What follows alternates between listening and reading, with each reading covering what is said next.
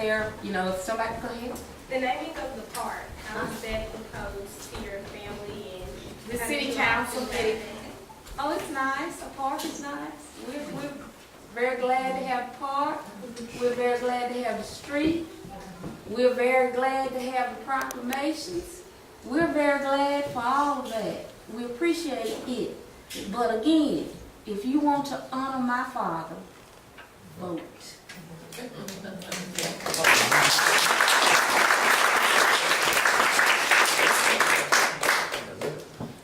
Yes, ma'am. Maybe the other thing about voting too is voting in our country, when people do vote, is often so much of campaigns and all are being driven by money. Yes. And the money. The Koch brothers. You want to talk about them? Yeah. 999.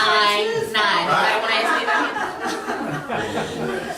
But I mean, I think one of the challenges is democracy needs maintenance. And that maintenance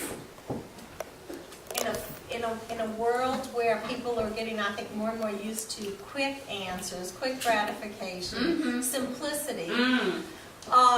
You know, the challenge is how to get involved. And I know that having come back here to Mississippi to live now, I'm beginning to almost begin to feel like that bumper sticker, you know, think globally, act locally kind of mentality. But I think sometimes it can be as mundane as showing up at public meetings, your local supervisors. That's I mean, right. I read one of the columnists in our state had recently put an article in about the importance of county supervisors now in economic development. And I thought it was a point well taken. Oh, yes. So have you found that because of your experiences and stuff, did you grow up to be politically active? And if so, which ways?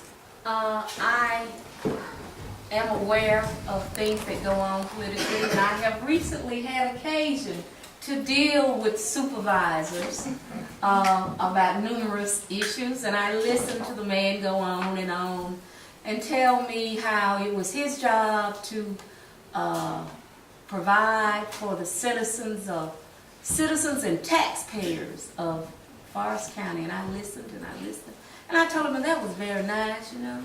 I appreciate that. I was a citizen of Forrest County, and I paid taxes too. You know, and we were able to come to a suitable, agreeable conclusion to our differences. Yes, but that is where activism would be probably best served is the local county board of supervisors, because of the amount of funds that come through them, and they have the wherewithal to spend it wherever they would like. Yes, that would be a very good area. Yes, ma'am. Yeah, well, I want to ask, what happened to the other thing? You say 14 people came to your house? Yes, ma'am. And 4 were convicted? Yes, ma'am. What happened to the other thing? What happened to the others? Yes. Let me tell you. Okay.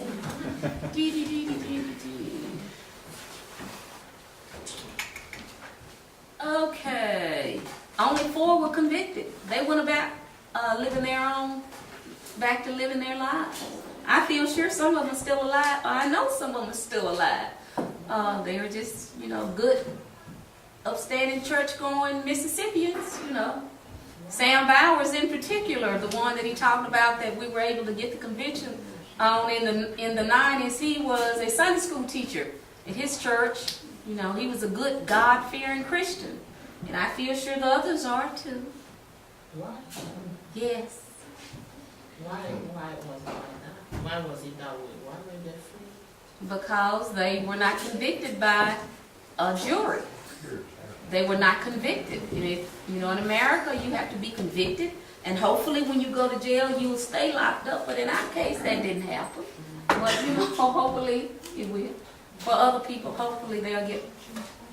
Betty, I have been under the impression, and I wanted to know whether you would confirm this, the 4 convictions that occurred, was that the first time that Yes. Klansmen had ever been convicted Yes. of civil rights related murder in the Yes. state of Mississippi? Yes. Yeah, I thought it was. Yes. So Yes. mention was made of Hattiesburg's place in history. That's certainly important. Yes. Yes, that was true, but now by the same token, we were very grateful to get those convictions. But Mississippi, being that the Mississippi was in the 60s, we don't know how much time they actually spent in jail. They could have walked in the front door and walked out of the back, but on paper, yes, they were convicted. And as I was researching this, and I just stopped doing certain things. Cecil Sessoms, once he was paroled by Governor Finch in 1978, he was accepted with open arms to a white country club in Philadelphia, Mississippi. You know, and I don't doubt that. I don't doubt that at all.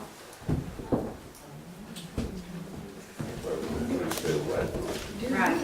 Do you know the other team? Do I know their names? Yes. Yes, ma'am. I have their names here. I have their names. You want their names? I have it all.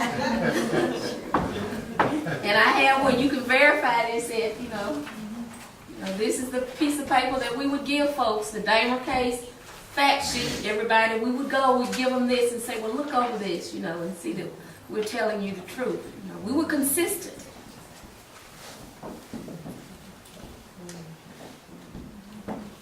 Anybody else? Yes.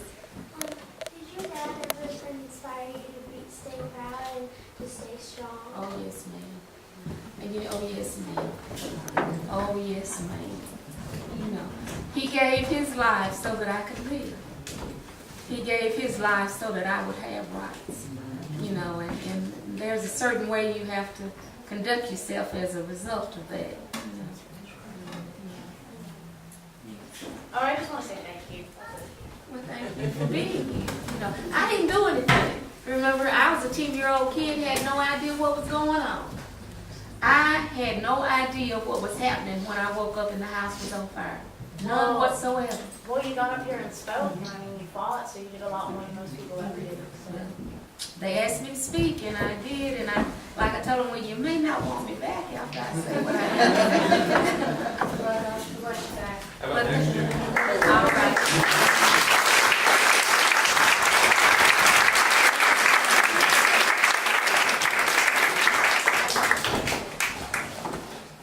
At this point in time, we're going to take a quick break, have more raffles.